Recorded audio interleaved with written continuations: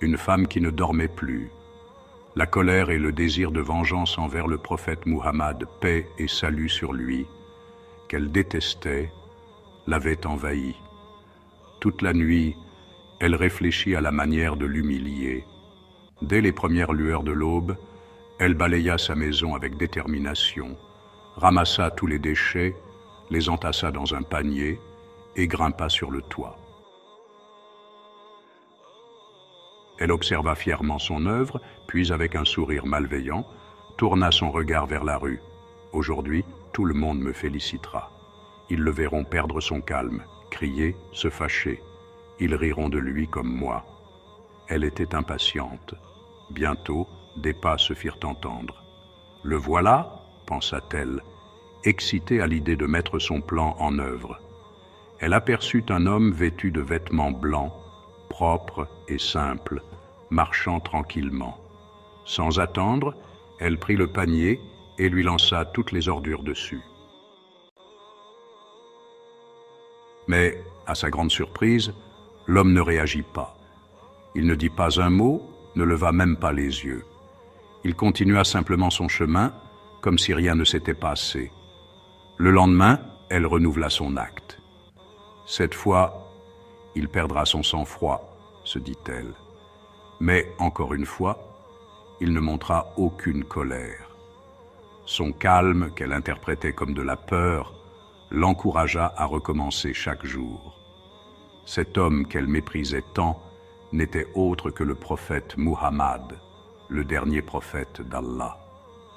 Conscient de son comportement, il choisit de continuer à emprunter cette rue, refusant de la contourner.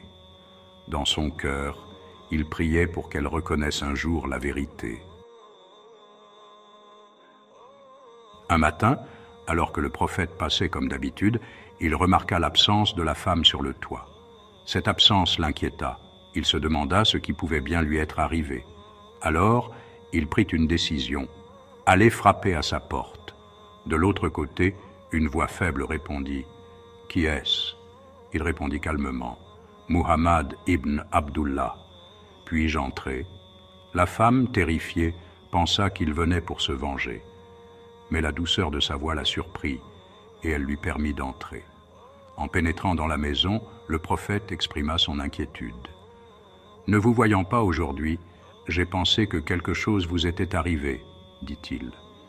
Il s'enquit de sa santé et lorsqu'il apprit qu'elle était malade, il lui demanda si elle avait besoin d'aide. Troublée par la gentillesse de cet homme qu'elle avait maltraité, elle balbutia une demande, de l'eau. Le prophète lui apporta de l'eau avec douceur et pria pour son rétablissement pendant qu'elle étanchait sa soif. Ce geste de bonté la remplit de remords. Elle se sentit coupable et s'excusa pour tout le mal qu'elle lui avait fait. Le prophète, avec sa clémence habituelle, lui pardonna immédiatement. Non seulement il accepta ses excuses, mais il vint chaque jour s'occuper d'elle. Il nettoyait sa maison, lui apportait de quoi se nourrir et continuait de prier pour elle. Grâce à cette attitude empreinte de compassion et de bienveillance, son cœur s'ouvrit à la vérité.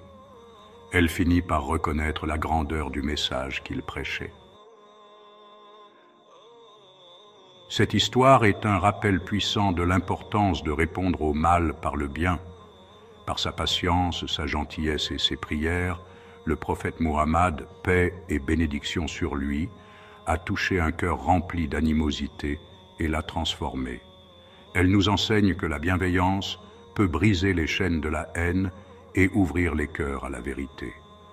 Que ces valeurs nous inspirent dans notre quotidien pour faire preuve de compassion et de pardon envers ceux qui nous entourent. Priez pour le prophète Muhammad en commentaire et rejoignez-nous pour découvrir d'autres récits inspirants. Assalamu alaikum wa rahmatullahi wa barakatuh.